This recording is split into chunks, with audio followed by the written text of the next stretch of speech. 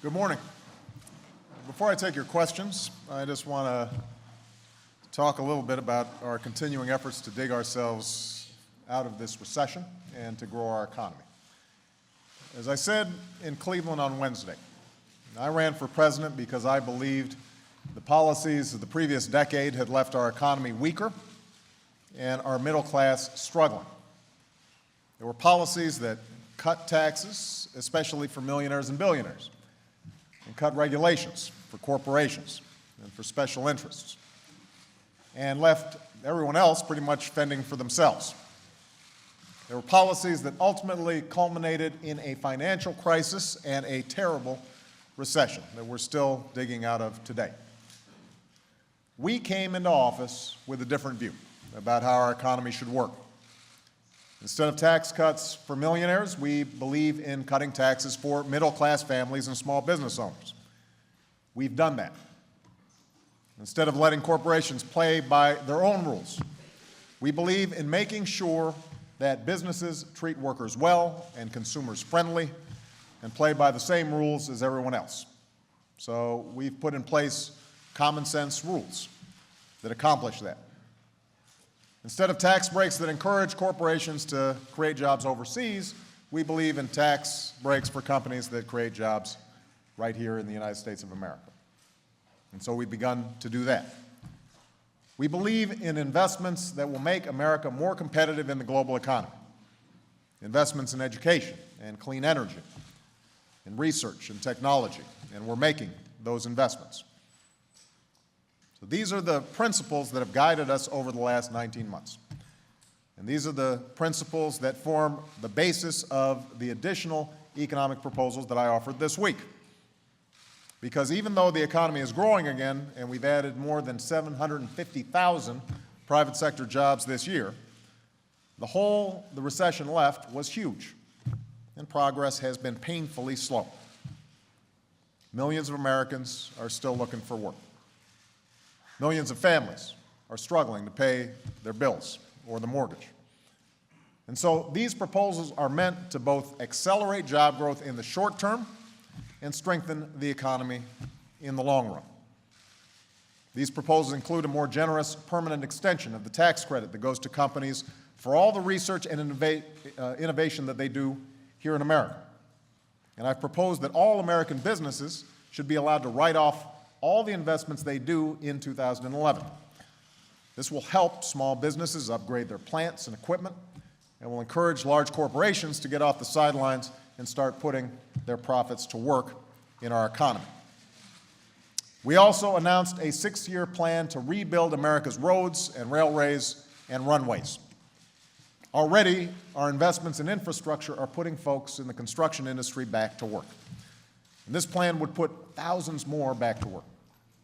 It would help us remain competitive with countries in Europe and Asia that have already invested heavily in projects like high-speed railroads. But one thing we can do next week is end a month-long standoff on a small business jobs bill that's been held up in the Senate by a partisan minority. I realize there are plenty of issues in Washington where people of good faith simply disagree on principle. This should not and is not one of those issues. This is a bill that does two main things. It gives small business owners tax cuts, and it helps them get loans. It will eliminate capital gains taxes for key investments in 1 million small businesses. It will provide incentives to invest and create jobs for 4 million small businesses. It will more than double the amount some small business owners can borrow to grow their companies. It's a bill that's paid for, a bill that won't add to the deficit. It has been written by Democrats and Republicans. It's a bill that's been praised by the Chamber of Commerce. And yet a minority of Republican senators have been using legislative tactics to prevent the bill from even getting to a vote. Now, I was pleased to see that yesterday, Republican Senator George Voinovich of Ohio said he would refuse to support this blockade any longer. Senator Voinovich said, "This country is really hurting, and we don't have time anymore to play games." I could not agree more. I understand there's an election coming up. But the American people didn't send us here to think about our jobs. They sent us here to think about theirs. And there are small businesses right now who are putting off plans to hire more workers because this bill is stalled. That's not the kind of leadership this country deserves. And I hope we can now move forward to get small business owners the relief they need to start hiring and growing again. While we're on the subject of economics, I also want to make an announcement about my economic team. This week, Christina Romer returned to Berkeley after a tireless, outstanding tenure as chair of the Council of Economic Advisors. Christy is brilliant, she is dedicated, and she was part of the team that helped save this country from a depression. So we're going to miss her dearly. But today I'm happy to announce Austin Goolsbee as her replacement. Austin's been one of my good friends and close economic advisors for many years. He's one of the finest economists in the country, and he's worked as a member of the Council of Economic Advisors since we arrived here in Washington. He's not just a brilliant economist, he's someone who has a deep appreciation of how the economy affects everyday people, and he talks about it in a way that's easily understood. He already knows and works with the rest of the team very well. I have complete confidence he's going to do an outstanding job as CEA chair. And finally, tomorrow we will commemorate not only the heartbreak of September 11th, but also the enduring values and resilient spirit of America. Both Michelle and I will be joining our fellow citizens in remembering those who were lost on that day and honoring all who exhibited such extraordinary heroism in the midst of tragedy. I'll have further remarks tomorrow, but for now, let me just note that tomorrow is a national day of service and remembrance, and I hope each of us finds a way to serve our fellow citizens, not only to reaffirm our deepest values as Americans, but to rekindle that spirit of unity and common purpose that we felt in the days that followed that September morning. And now, I'd be happy to take some questions, and I'm going to start with Darlene Supperville of AP.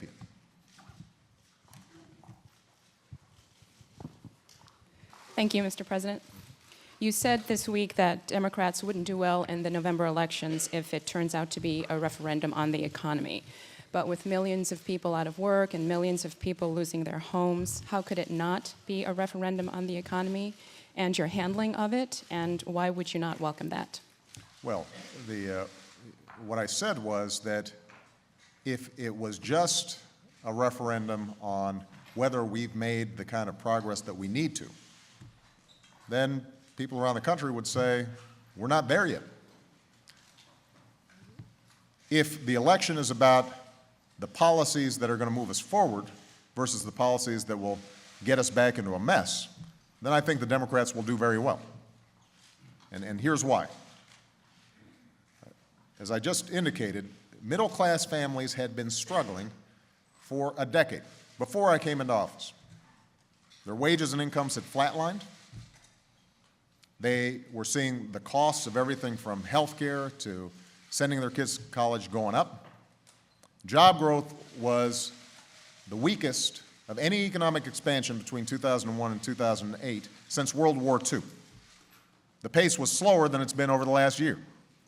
So these policies of cutting taxes for the wealthiest Americans, of stripping away regulations that protect consumers, running up a record surplus to a record deficit. Those policies finally culminated in the worst financial crisis we've had since the Great Depression.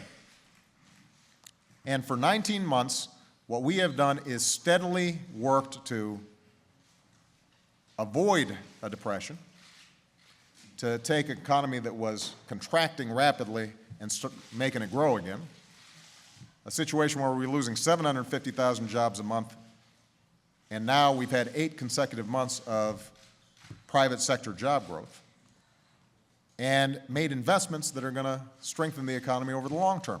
But we're not there yet. I mean, we lost 4 million jobs in the 6 months before I was sworn in. And we lost 8 million jobs total during the course of this recession.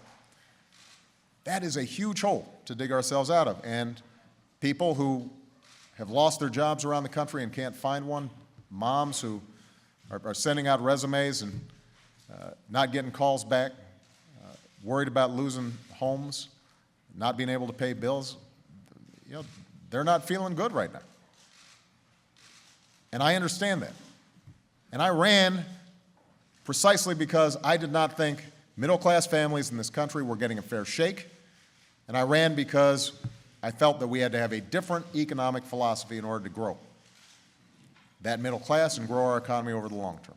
Now, for all the progress we've made, we're not there yet, and that means that people are frustrated, and that means people are angry.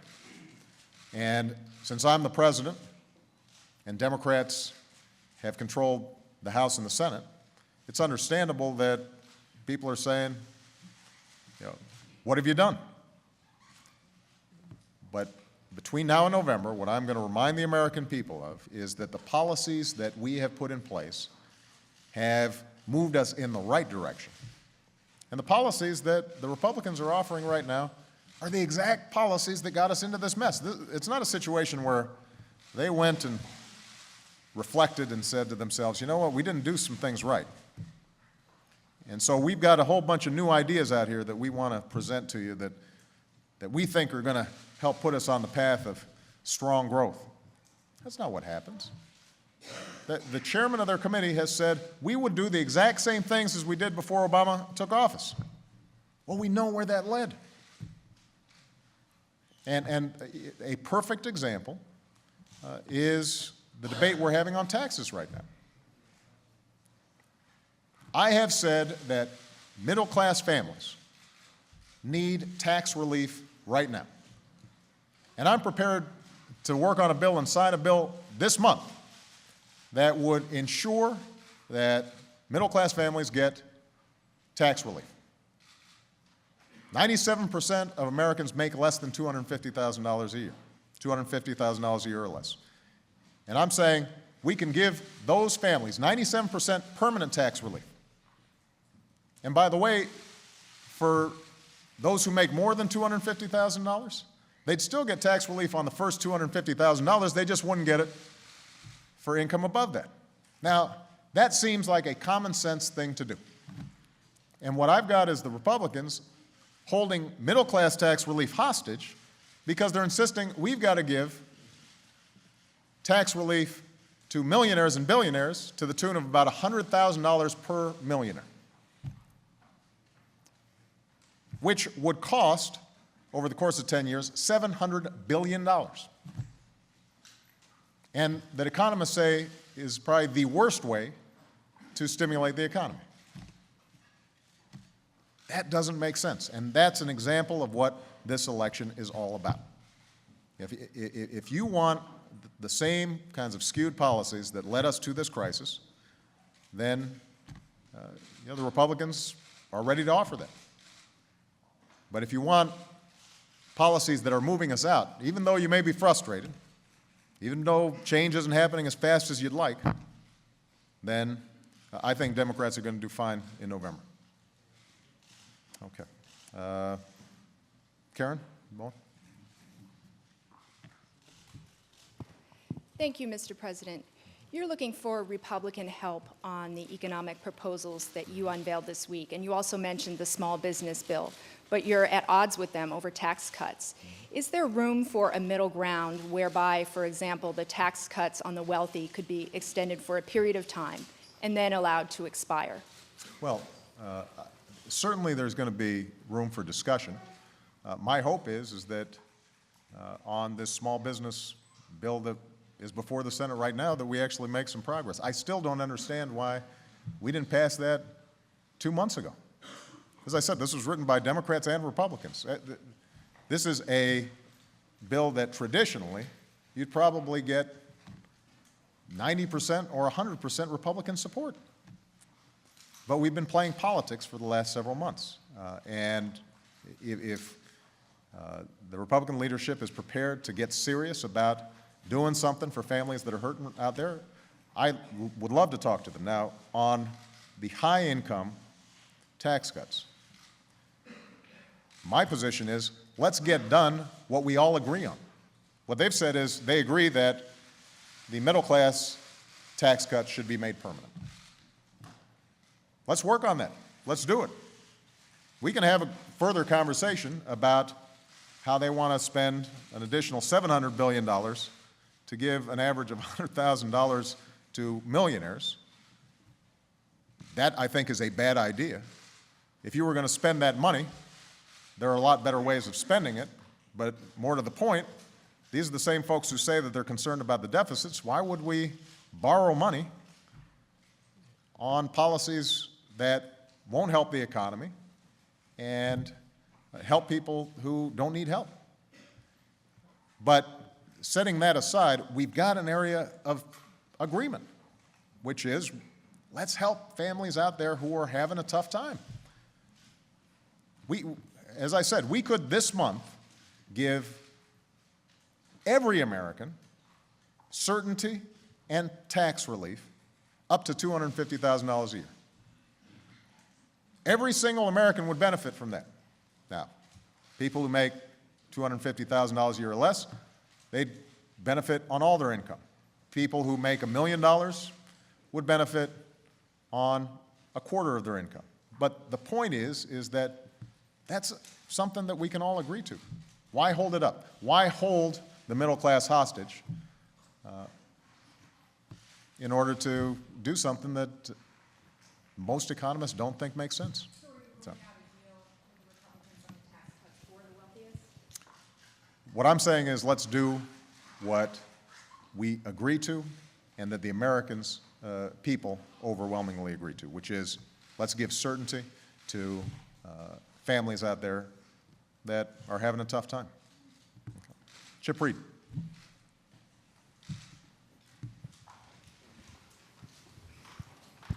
Thank you, Mr. President. On the economic package that you rolled out earlier this week, first on the business tax cuts, why did you wait until this superheated campaign season to roll it out? A lot of your critics and even some Democrats say, well, clearly he's just using this for political purposes. He doesn't have any expectation it's actually going to be passed. It's a political weapon. Why did you wait so long to bring that out? And on the stimulus part, we can't get people in the White House to say it is a stimulus, $50 billion for roads and other infrastructure, but they avoid the word stimulus like the plague. Is that because the original stimulus is so deeply unpopular? And if so, why is it so unpopular? Well, let me go back to when I first came into office. We had an immediate task, which was to rescue an economy that was tipping over a cliff. And we put in place an economic plan that 95% of economists say substantially helped us avoid a depression. A third of those were tax cuts, by the way. A third of that economic plan was tax cuts for individuals and for small businesses. So we haven't, this notion that we waited until now to put forward a series of plans, Chip, we've, just on the small business issue alone, we have cut taxes for small businesses 8 times during the course of the last 18 months. So we're hardly Johnny-come-latelys on this issue. Now, when you put all the things we've done together, it has made a difference. 3 million people have jobs that wouldn't have them otherwise had we not taken these steps. The economy would be in much worse shape. But as I said before, we're not where we need to go yet, which means that if we're not there yet, what else can we do? And the proposals that we've put forward are ones that historically, again, have garnered bipartisan support.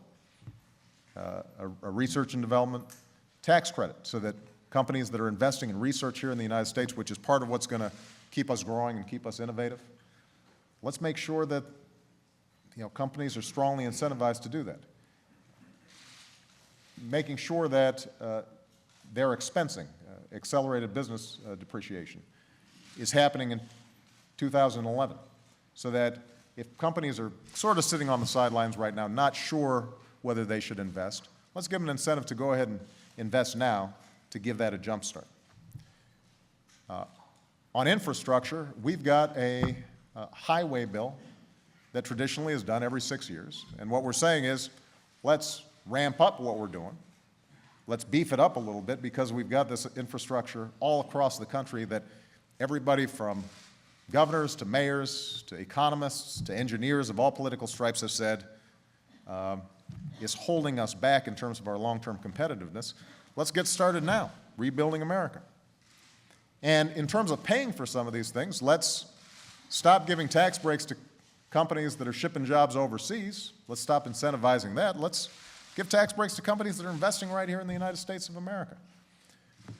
Those are all common sense approaches.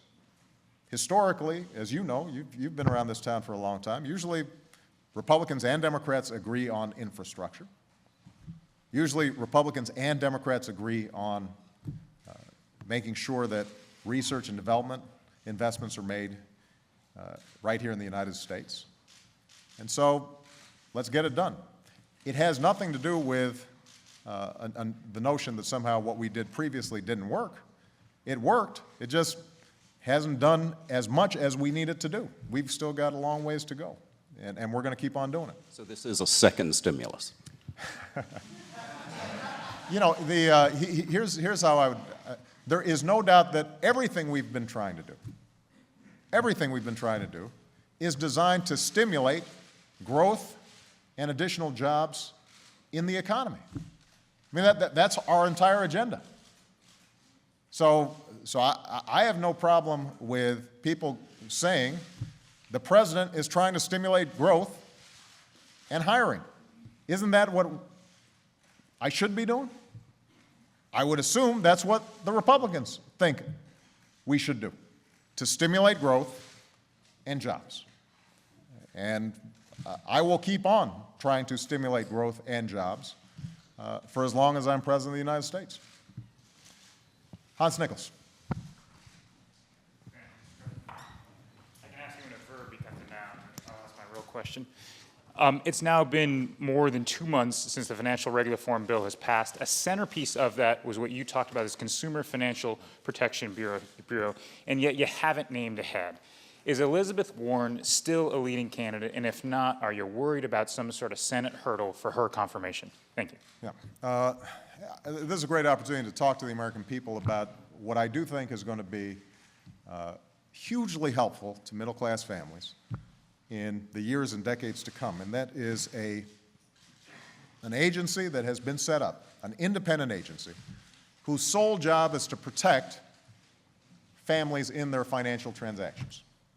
So, if you are getting a credit card, we are going to have an agency that makes sure that that credit card company can't jack up your rates without any reason, including on old balances. And that could save American consumers tens of billions of dollars just in the first couple of years. If you are out there looking for a mortgage, and we all know that part of the problem with the financial crisis was that folks were peddling mortgages that were unstable, that had these huge balloon payments, that people didn't fully understand. Well, now there's going to be some oversight in terms of how mortgages are shaped, and people are going to actually have to know what they're getting, what they're buying into. That's going to protect the economy as well as individual consumers. So this agency, I think, has the capacity to really provide middle-class families the kind of protection that's been lacking for too long. Now, the idea for this agency was Elizabeth Warren's. She's a dear friend of mine. She's somebody I've known since I was in law school. And I have been in conversations with her. She is a tremendous advocate for this idea. It's only been a couple of months, and this is a big task standing up this entire agency. So I'll have an announcement soon about how we're going to move forward. I think what's fair to say is that I have had conversations with Elizabeth over the course of these last couple of months, but I'm not going to make an official announcement until it's ready. Are you unofficially concerned about a Senate confirmation? I'm concerned about all Senate confirmations these days. I mean, if I nominate somebody for with dog respect- catcher, But with respect to Elizabeth Warren, are you, Hans, I wasn't trying to be funny. I am concerned about all Senate nominations these days. I've got people who've been waiting for 6 months to get confirmed, who nobody has an official objection to, and who were voted out of committee unanimously, and I can't get a vote on them. We've got judges who are pending. We've got people who are waiting to help us on critical issues like Homeland Security. And it's very hard when you've got a determined minority in the Senate that insists on a 60-vote filibuster on every single person that we're trying to confirm. Even if after we break the filibuster, it turns out that they get 90 votes. They're just playing games. And you know, as I think Senator Voinovich said very well, it's time to stop playing games. All right. Chuck Todd.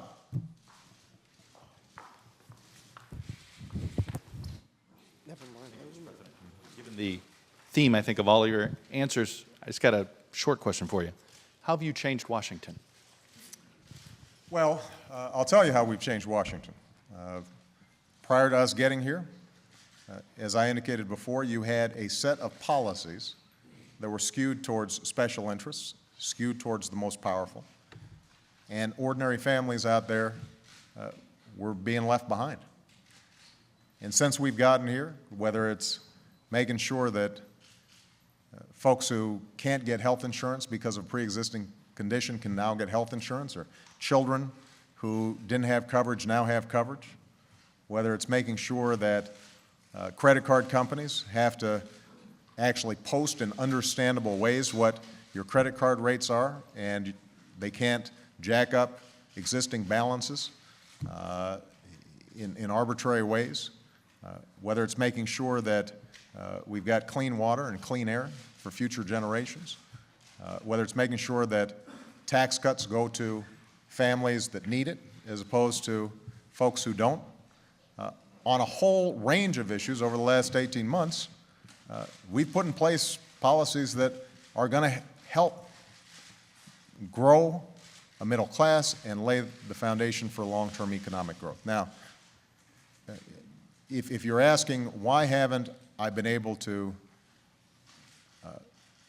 create a greater spirit of cooperation in Washington, I think that's fair. I'm as frustrated as anybody by it. I think part of it has to do with the fact that when we came into office, we came in under very tough economic circumstances. And I think that some of the Republican leaders made a decision. We're going to sit on the sidelines and let the Democrats try to solve it. And so we got a lot of resistance very early. I think what's also true is that when you take on tough issues like health care or financial regulatory reform, where special interests are deeply entrenched, there's a lot of money at stake for them, and where the issues are so complicated that it drags on for a long time, you end up having a lot of big fights here in town, and it's messy, and it's frustrating, and so there is no doubt that an option that was available to me when I came in was not to take on those issues. I mean, we could have decided, you know what, even though we know that the pace of accelerating healthcare costs is going to bankrupt this economy and bankrupt businesses and bankrupt individuals, and even though we know that there are 30 million people, and that's a growing number of people who don't have health insurance, we could have said, you know what, that's just too controversial. Let's not take it on. And we could have said, with respect to financial regulatory reform, you know what, we're just going to get too much resistance from Republicans. We shouldn't take that on. I don't think that's the kind of leadership that the American people would want from their president. Are there things that I might have done during the course of 18 months that would, at the margins have improved some of the tone in Washington? Probably. Is some of this just a core difference in approach in terms of how we move this country forward between Democrats and Republicans? I'd say the answer is a lot more the latter.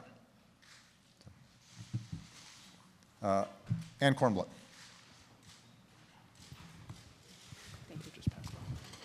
Thank you, Mr. President. 9 years after the September 11th attacks, why do you think it is that we are now seeing such an increase in suspicion and outright resentment of Islam, especially given that it has been one of your priorities to improve relations with the Muslim world? I think that at a time when the country is anxious generally and going through a tough time, then fears can surface, suspicions, divisions can surface in a society. And so I think that plays a role in it. One of the things that I most admired about President Bush was after 9/11, him being crystal clear about the fact that we were not at war with Islam. We were at war with terrorists and murderers who had perverted Islam, had stolen its banner to carry out their outrageous acts. And I was so proud of the country rallying around that idea, that notion, that we are not going to be divided by religion, we're not going to be divided by ethnicity, we are all Americans, we stand together against those who would try to do us harm. And that's what we've done over the last 9 years. And we should take great pride in that. And I think it is absolutely important now for the overwhelming majority of the American people to hang on to that thing that is best in us.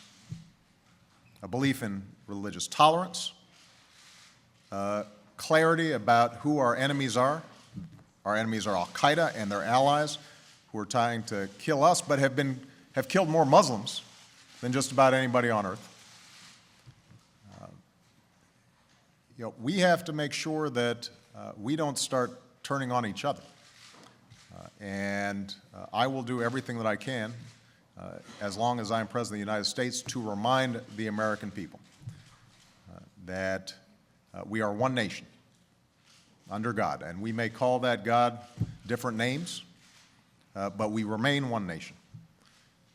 And, as somebody who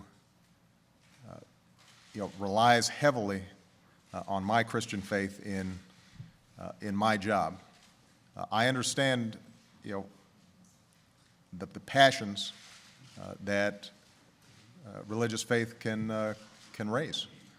But I'm also respectful that people of different faiths can practice their religion, even if they don't subscribe to the exact same notions that I do, and that they are still good people, and they are my neighbors, and they are my friends, and they are fighting alongside us in our battles.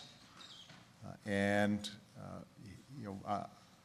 want to make sure that this country retains that sense of purpose. And I think tomorrow is a wonderful day for us to remind ourselves of that.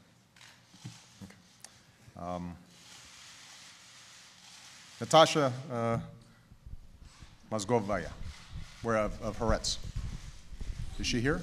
Natasha, there you are back there. Mr. President, back in region, the Palestinian and Israeli leaders, they sound a bit less ready for this historic compromise. President Abbas, for example, said the Palestinians won't recognize Israel as a Jewish state.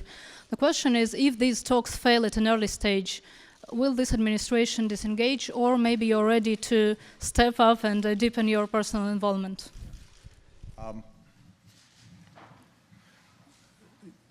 President Abbas and Prime Minister Netanyahu were here last week, and they came with a sense of purpose and seriousness and cordiality that, frankly, exceeded a lot of people's expectations. What they said was that they were serious about negotiating. They affirmed the goal of creating two states living side by side in peace and security. They have set up a schedule where they're going to meet every 2 weeks. We are actively participating in that process. Secretary of State Hillary Clinton will be flying to the Middle East for the first series of next meetings on September 14th and 15th. And so what we've done is to bring the parties together, to try to get them to recognize that the path for Israeli security and Palestinian sovereignty can only be met through negotiations. And these are going to be tough negotiations.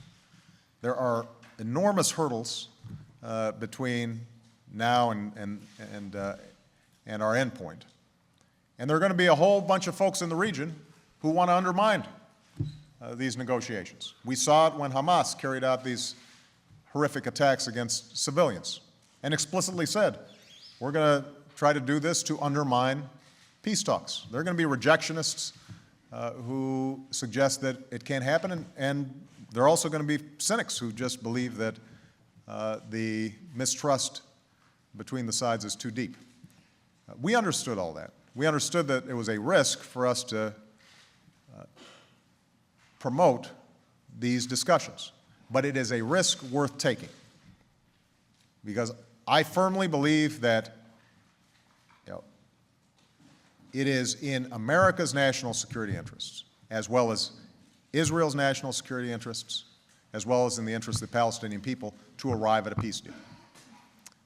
Part of the reason that I think Prime Minister Netanyahu was comfortable coming here was that he's seen during the course of 18 months that my administration is unequivocal in our defense of Israel's security.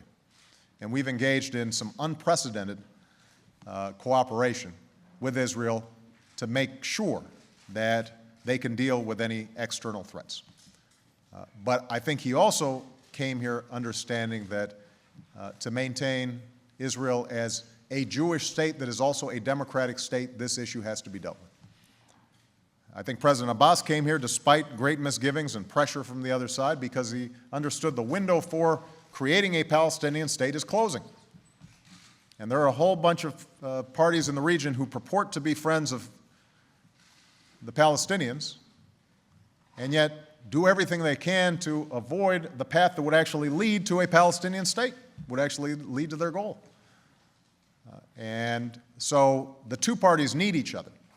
That doesn't mean it's going to work. Ultimately, it's going to be up to them. We can facilitate, we can encourage, we can tell them that we will stand behind them in their efforts and are willing to contribute as part of the broader international community in making this work, but ultimately the parties have to make these decisions for themselves. And I remain hopeful, but this is going to be tough. And I don't want anybody out there thinking that it's going to be easy. The main point I want to make is it's a risk worth taking because the alternative is a status quo that is unsustainable. And so if these talks break down, we're going to keep on trying. Over the long term, it has the opportunity, by the way, also to change the strategic landscape in the Middle East in a way that would be very helpful. It would help us deal with an Iran that has not been willing to give up its nuclear program. It would help us deal with terrorist organizations in the region. So this is something in our interests. We're not just doing this to feel good. We're doing it because it'll help secure America as well.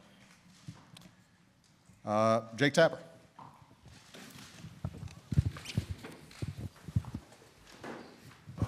Thank you, Mr. President.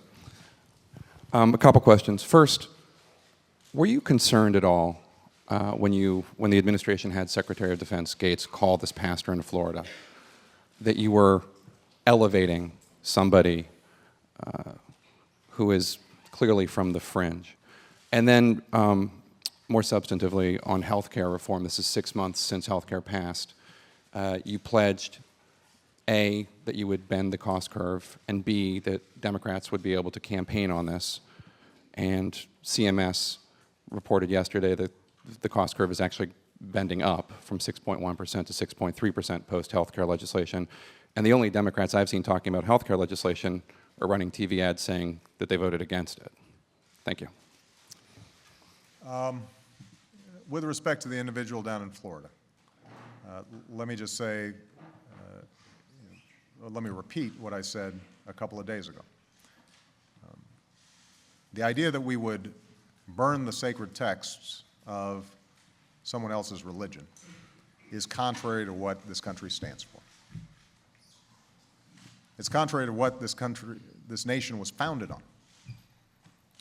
And my hope is that this individual prays on it and refrains from doing it.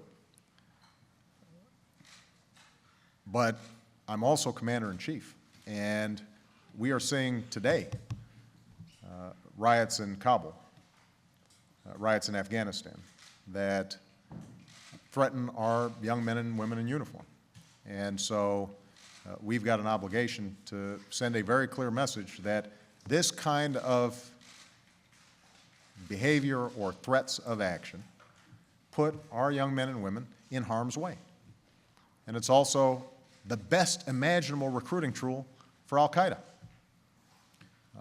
And although this may be one individual in Florida, part of my concern is to make sure that we don't start having a whole bunch of folks all across the country think this is the way to get attention. This is a way of endangering our troops, our sons and daughters,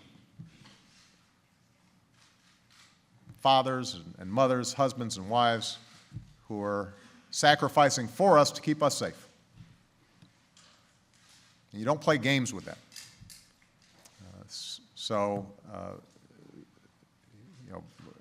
I hardly think we're the ones who elevated this story, but it is, in the age of the internet, something that can cause us profound damage around the world, and so we've got to take it seriously.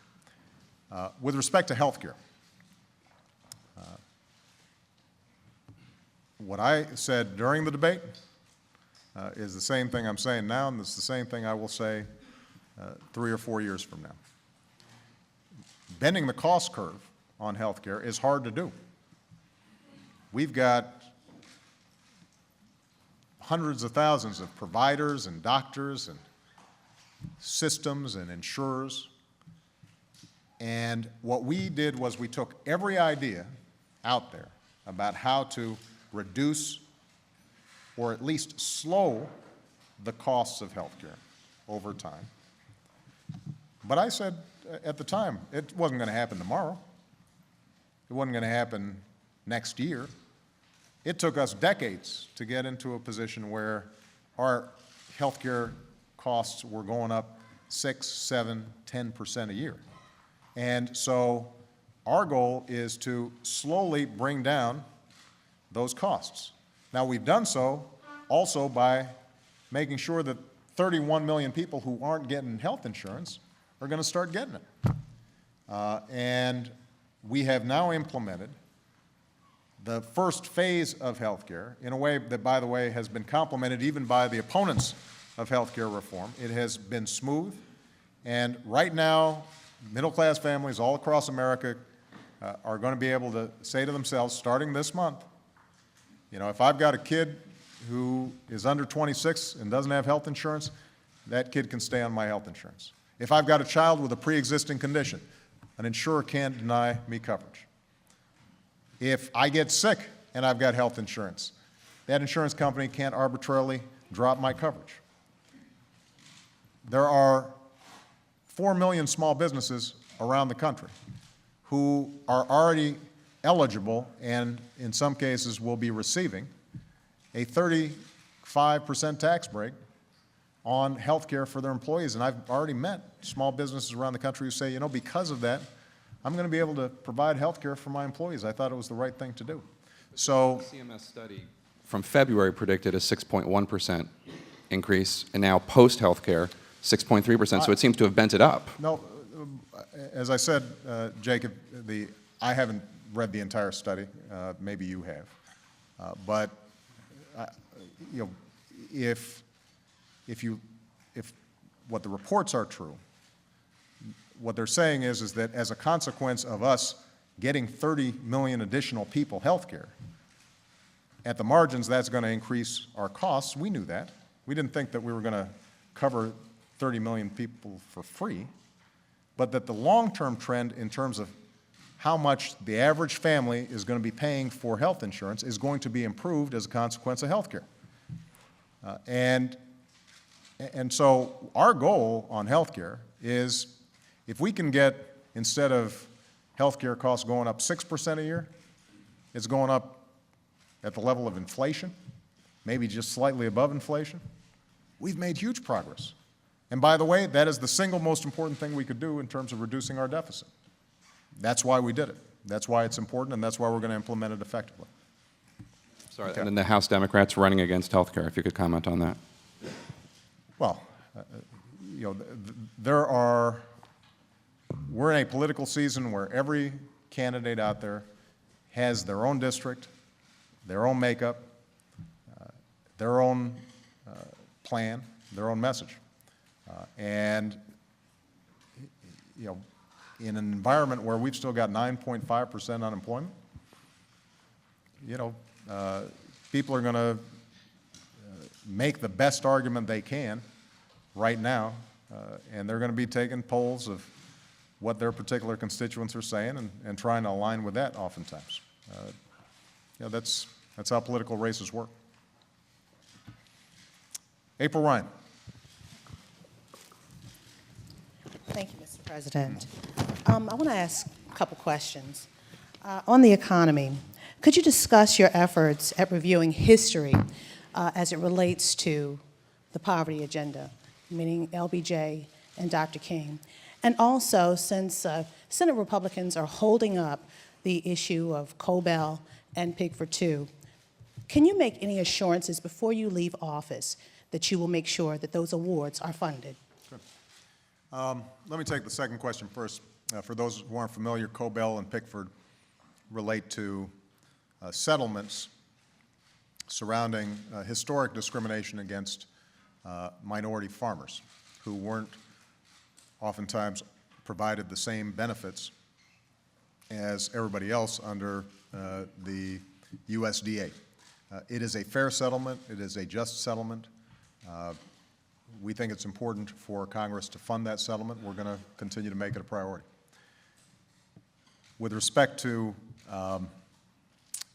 you know, the history of fighting poverty, you know, I got my start in public service as a community organizer working in the shadow of steel plants that have been closed in some of the poorest neighborhoods on the south side of Chicago.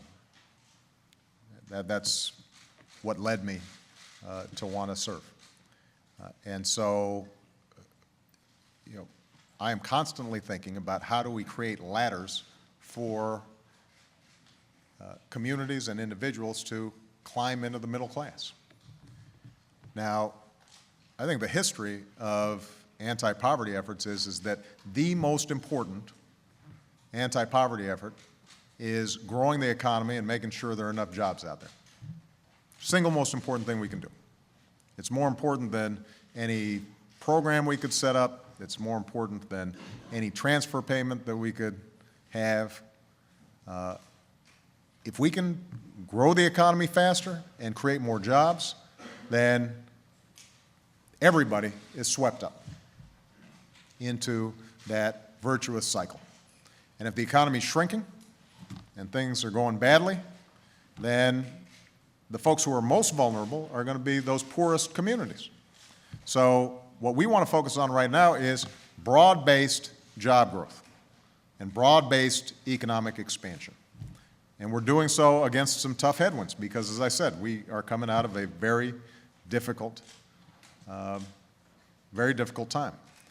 We've started to turn the corner, but we're not there yet. And so that is going to be my central focus. How do I grow the economy? How do I make sure that there's more job growth? That doesn't mean that there aren't some targeted things we can do to help communities that are especially in need.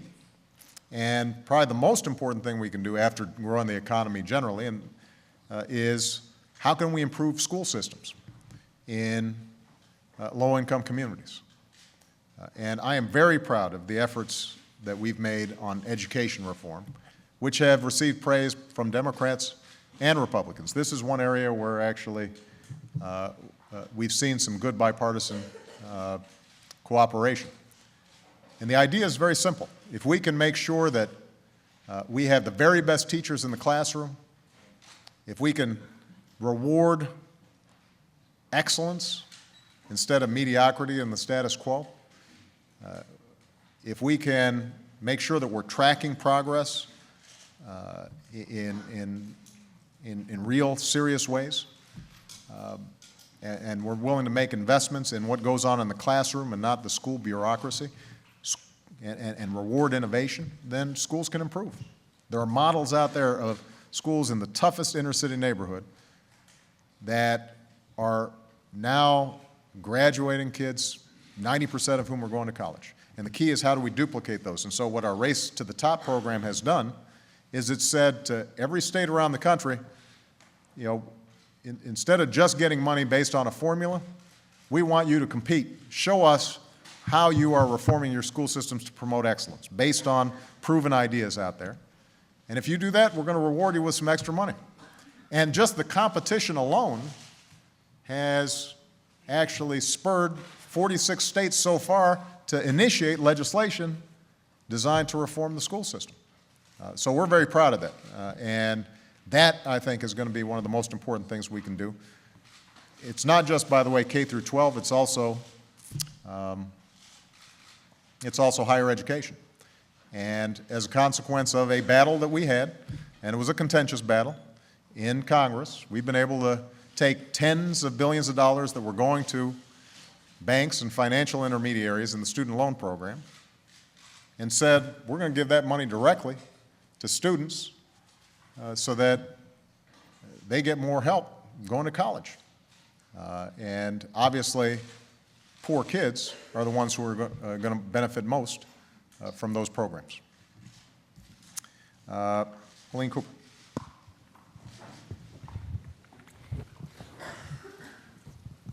Thank you, Mr. President. Two questions, one on Afghanistan. How can you lecture Hamid Karzai about corruption when so many of these corrupt people are on the U.S. payroll? And on the Middle East, do you believe that Israeli Prime Minister Benjamin Netanyahu should extend the settlement moratorium as a gesture to peace? And if he doesn't, what are you prepared to do to stop the Palestinians from walking? Okay. On Afghanistan, we are in the midst of a very difficult but very important project. I just want to remind people why we're there the day before September 11th. We're there because that was the place where al-Qaeda launched an attack that killed 3,000 Americans. And we want to make sure that we dismantle al-Qaeda and that Afghanistan is never again used as a base for attacks against Americans and the American homeland. Now, Afghanistan is also the second poorest country in the world. It's got a illiteracy rate of 70%. It has a multi-ethnic population that mistrusts oftentimes each other. And it doesn't have a tradition of a strong central government. So what we have done is to say we are going to, after 7 years of drift, after 7 years of policies in which, for example, we weren't even effectively training Afghan security forces. What we've done is to say, we're going to work with the Afghan government to train Afghan security forces so they can be responsible for their own security. We are going to promote a political settlement in the region that can help to reduce the violence. We are going to encourage an Afghan government that can deliver services for its people. And we're going to try to make sure that as part of helping President Karzai stand up a broadly accepted, legitimate government, that corruption is reduced.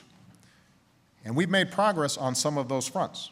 I mean, when it comes to corruption, I'll just give you an example.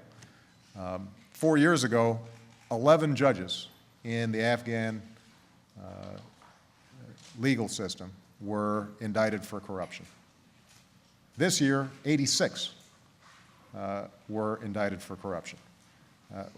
We have seen Afghan-led efforts that have gone after police commanders, significant business people in Afghanistan, but we're a long way from where we need to be on that. And every time I talk to President Karzai, I say that as important as it is for us to help you train your military and your police forces, the only way that you are going to have a stable government over the long term is if the Afghan people feel that you're looking out for them. And that means making sure that the tradition of corruption in the government is reduced. And we're going to keep on putting pressure on them on that front. Is it going to happen overnight? Probably not.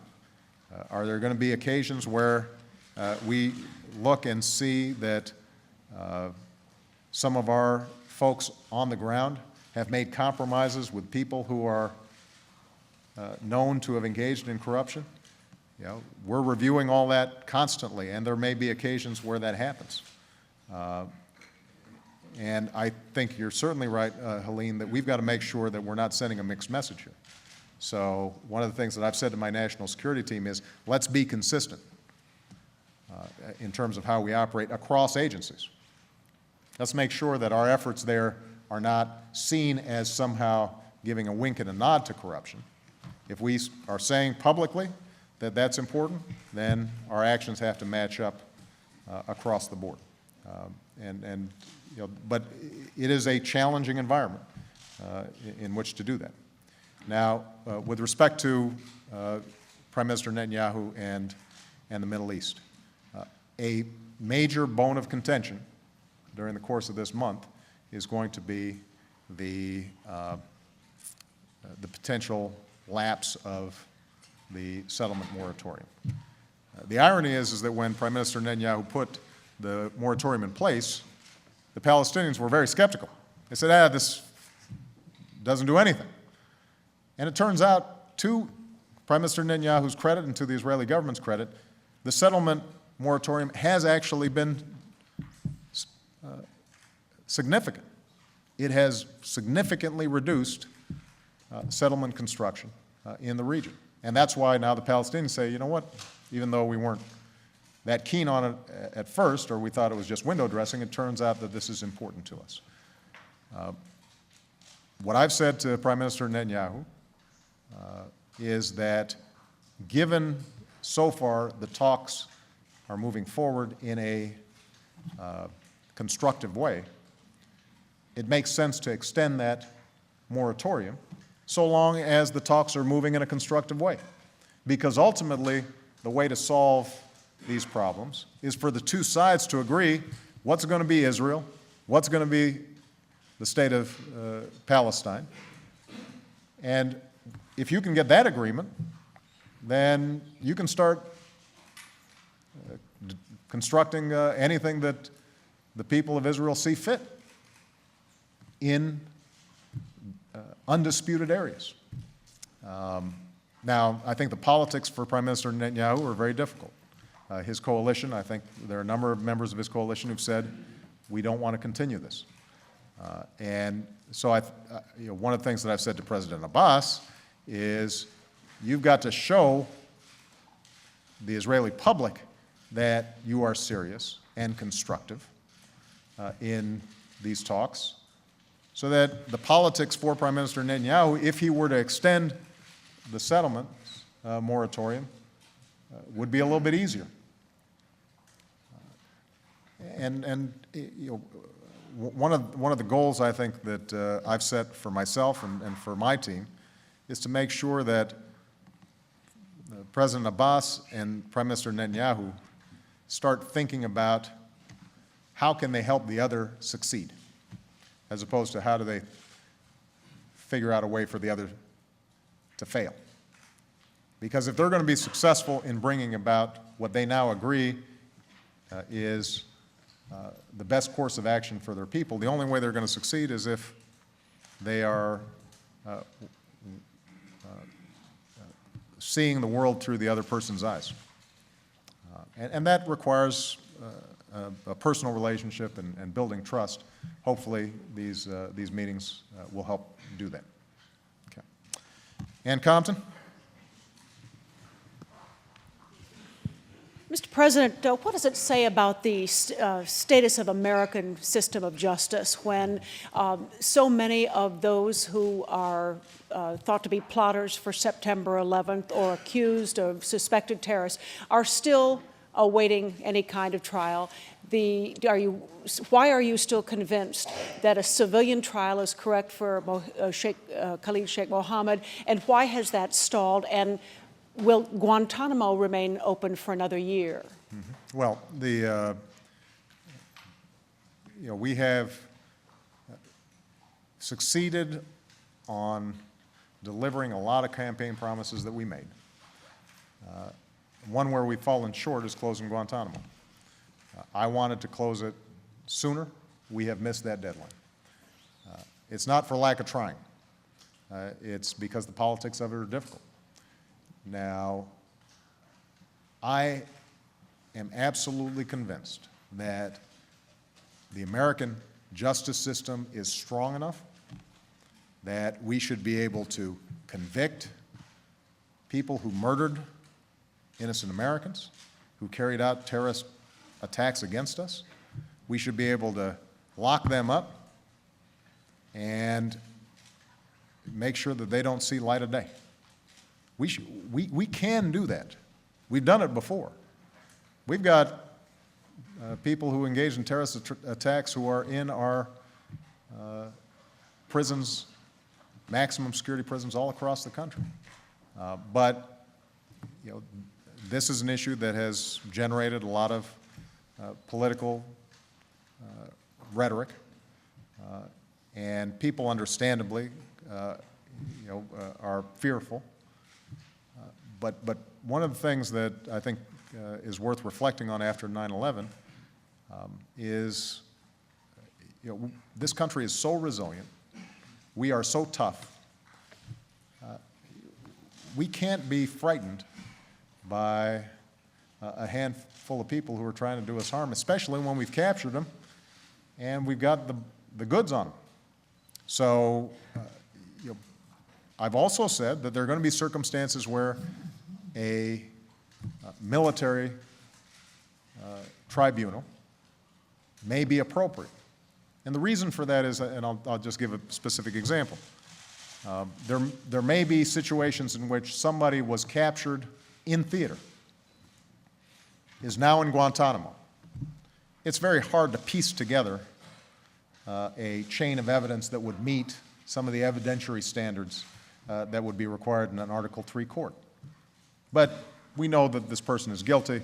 There's sufficient evidence to bring about a conviction. So what I've has said is, the military commission system that we set up, where appropriate for certain individuals that would make it would be difficult to try in Article III courts for a range of reasons, we can reform that system so that it meets the highest standards of due process and prosecute them there.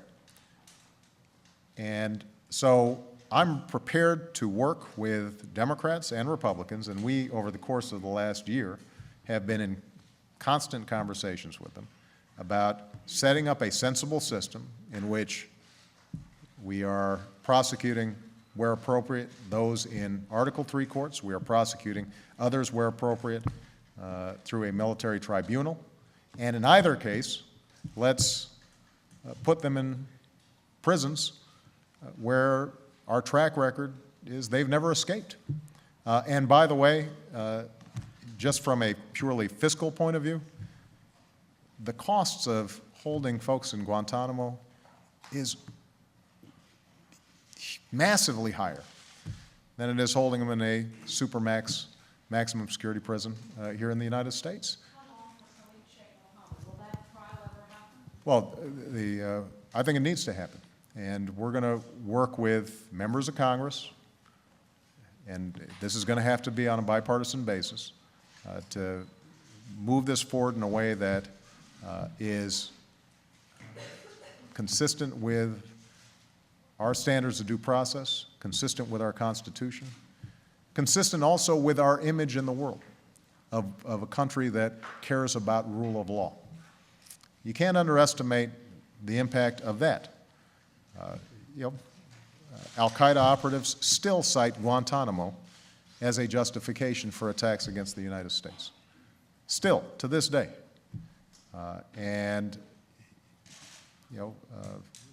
There's no reason for us to give them that kind of talking point when, in fact, we can use the various mechanisms of our justice system to prosecute these folks and to make sure that they never attack us again. Okay. Ed Henry. Talking about some of the al-Qaeda leaders that you have captured. One that you have not is Osama bin Laden. Tomorrow's going to be 9 years since he was the mastermind of 3,000 Americans being killed. And what you said, obviously the last administration had 7 years and couldn't do it. But what you said as president-elect to CBS is, quote, "I think capturing or killing bin Laden is a critical aspect of stamping out al-Qaeda. He is not just a symbol, he's also the operational leader of an organization planning attacks against the U.S. Do you still believe it's a critical part of your policy to capture or kill him? And do you think isn't it a failure of your administration that here it's almost 2 years in, you campaigned saying you were going to run a smarter war on terror than the Bush administration? You haven't captured him, and you don't seem to know where he is. Well, Ed, I think capturing or killing bin Laden and Zawahiri would be extremely important to our national security. Doesn't solve all our problems, but it remains a high priority of this administration. One of the things that we've been very successful at over the last 2 years is to ramp up the pressure on al-Qaeda and their key leaders. And as a consequence, they have been holed up in ways that have made it harder for them to operate. And part of what's happened is bin Laden has gone deep underground. Even Zawahiri, who is more often out there, has been much more cautious. But we have the best minds, the best intelligence officers, the best special forces who are thinking about this day and night. And they will continue to think about it day and night as long as I'm president. So do you think Americans are going to face another 9 years of this terror threat, another generation? What's your message? Here's what I think. I think that in this day and age, there is always going to be the potential for an individual or a small group of individuals, if they are willing to die, to kill other people. Some of them are going to be very well organized, and some of them are going to be random. That threat is there, and it's important, I think, for the American people to understand that and not to live in fear. It's just a reality of today's world that there are going to be threats out there. We have, I think, greatly improved our homeland security since 9/11 occurred. I am constantly impressed with the dedication that our teams apply to this problem. They are chasing down every thread, not just from al-Qaeda, but any other actor out there that might be engaging in terrorism. They are making sure that even what might appear to be a lone individual who has very little organizational capacity, if they make a threat, they follow up. But one of the things that I want to make sure we do as long as I'm president and beyond my presidency is to understand America's strength in part comes from its resilience, and that we don't start losing who we are or overreacting if, in fact, there is the threat of terrorism out there. We go about our business. We are tougher than them. Our families and our businesses and our churches and mosques and synagogues and our Constitution, our values, that's what gives us strength. And we are going to have this problem out there for a long time to come, but it doesn't have to completely distort us, and it doesn't have to dominate our foreign policy. What we can do is to constantly fight against it. And I think ultimately we are going to be able to stamp it out, but it's going to take some time. Last question. Wendell.